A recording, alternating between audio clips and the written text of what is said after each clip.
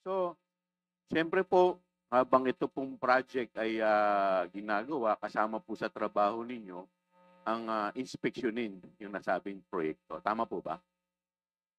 Your Honor, somehow, nag-inspect po ako ng project. Somehow. Ganito po, if I may allow to explain, Yes, Your please. Honor. Pakipaliwanag po sa amin. Meron po kasing project in charge. Meron po tayong project engineer in charge of the implementation of the project. Meron po tayong section implementing the projects. They are the sections implementing all the projects, Your Honor. Pero lahat ng project dapat tinitingnan mo rin kahit papaano. Tama Yes, po ba? Your Honor. Okay, thank you.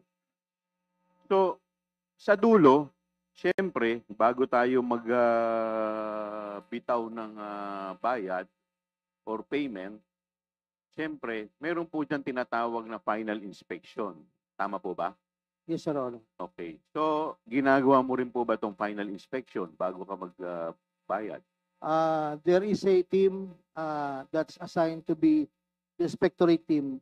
They are the one who will inspect the project po, composed of the different section chiefs, and as head of the inspectorate team is the assistant district engineer, Your Honor.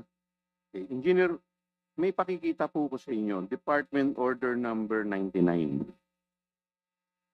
Ito po. Dito po nakalagay po dito, the certificate of completion shall be issued by the District of Engineer in the case of project implemented by the district office. So, sino po nag-i-issue ng certificate of completion? Kayo po? Yes, Your Honor. Okay. So, bakit po kayo mag-i-issue ng certificate of completion kung hindi po ninyo in-inspection ito? Na Your ito Honor, pong project na to ay tapos na.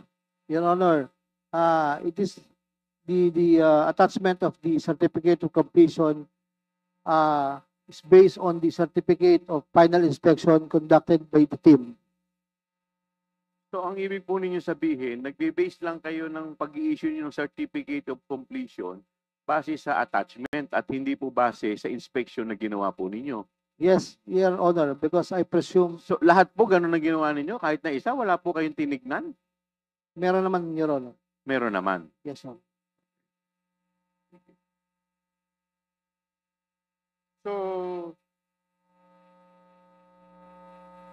So is it safe to say na siyempre, dahil tinitignan ninyo yan, pag nakita ninyong kumpleto, i-release niyo yung certificate of completion.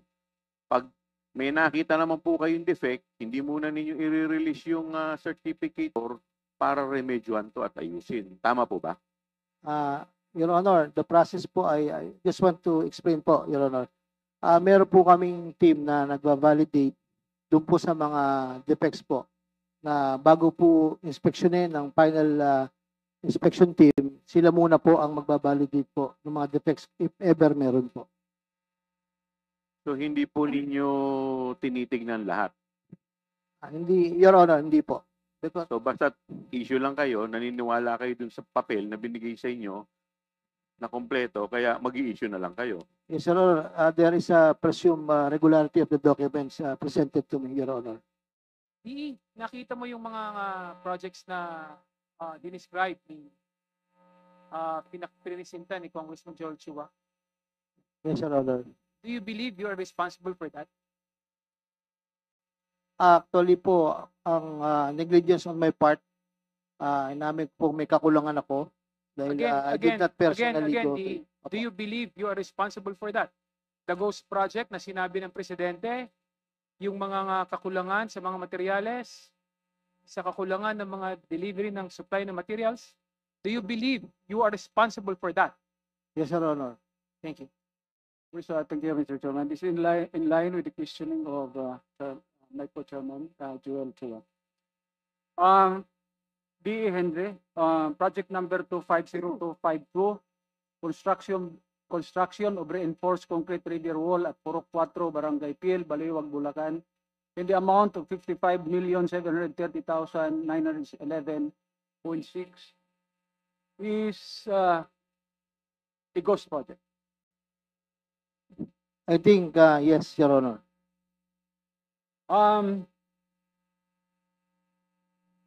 In the documents that was reviewed by my personnel, in the statement of work accomplished, you together with Assistant District Engineer Bryce signed the statement of work accomplished. I think I signed it. I think. Yes, Hindi ko you na po have signed ma-recall, it. Your Honor. And I have been a district engineer for many years also. Before I sign anything that is presented to me, especially if it's the final payment, I will always check whether or not totoo ang mga binigay sa akin para pirmahan. Ito ba hindi mo ginawa as district engineer? Actually, ginawa ko po yan, Your Honor. Ang katotohanan po niyan, every Monday po, meron kaming staff meeting, all the section chiefs, nagpe-present po sa akin ng mga accomplishment through photos, Your Honor.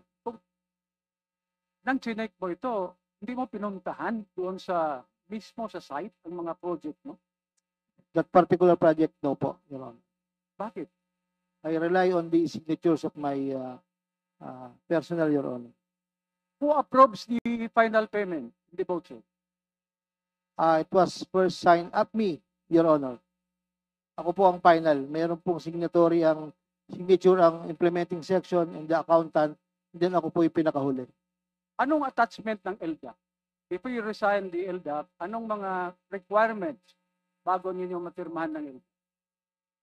I think yung voucher po, Your Honor. Yes. Voucher ang kailangan. Yes, Your Honor. So approve ba ang voucher nito o wala? Hindi ko po ma-recall because I'm not the one who paid the final I payment. have Your in my hands na ang voucher nito hindi pirmado. Honor.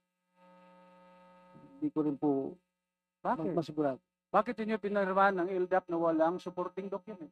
Your Honor, ang LDAP po ay dumadating sa office ko na purely LDAP lang po yung nasa table ko, Your Honor.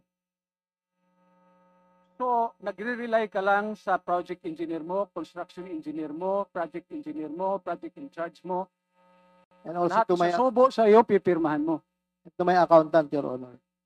Lahat ng ibibigay sa iyo, pipirmahan mo. Yes, Your Honor. Ganun ba yun? Ganun ba ang district engineer ngayon? Because I trust them, Your Honor. 55 million pesos, i-trust mo lang sa mga tao.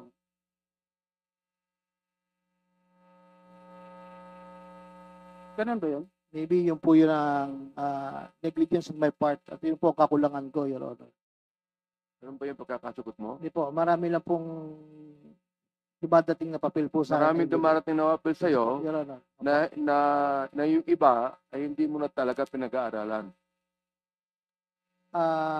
Pinag-aaralan lang po, but sabi ko nga po, Your Honor, I base my signature on the reports and signature. Kanina, binanggit mo rin na District Engineer Alcantara na yun ang kakulangan mo. Ano yung kakulangan mo? Pakipaliwanag mo nga sa amin, ano yung kakulangan mo?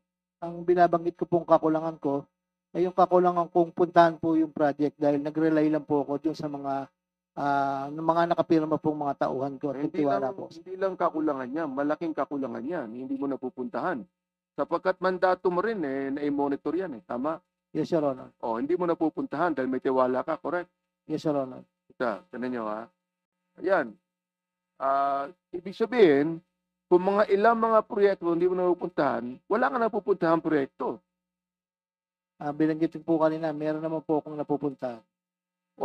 Kanina, binanggit yung mga proyekto mo na hindi pa tapos Ibig sabihin, lahat ng mga proyektong sinabi ng ating Pangulo na hindi pa sinimulan pero nakalagay completed na, hindi pa tapos pero nakalagay completed na, kasalanan yan ng district engineer.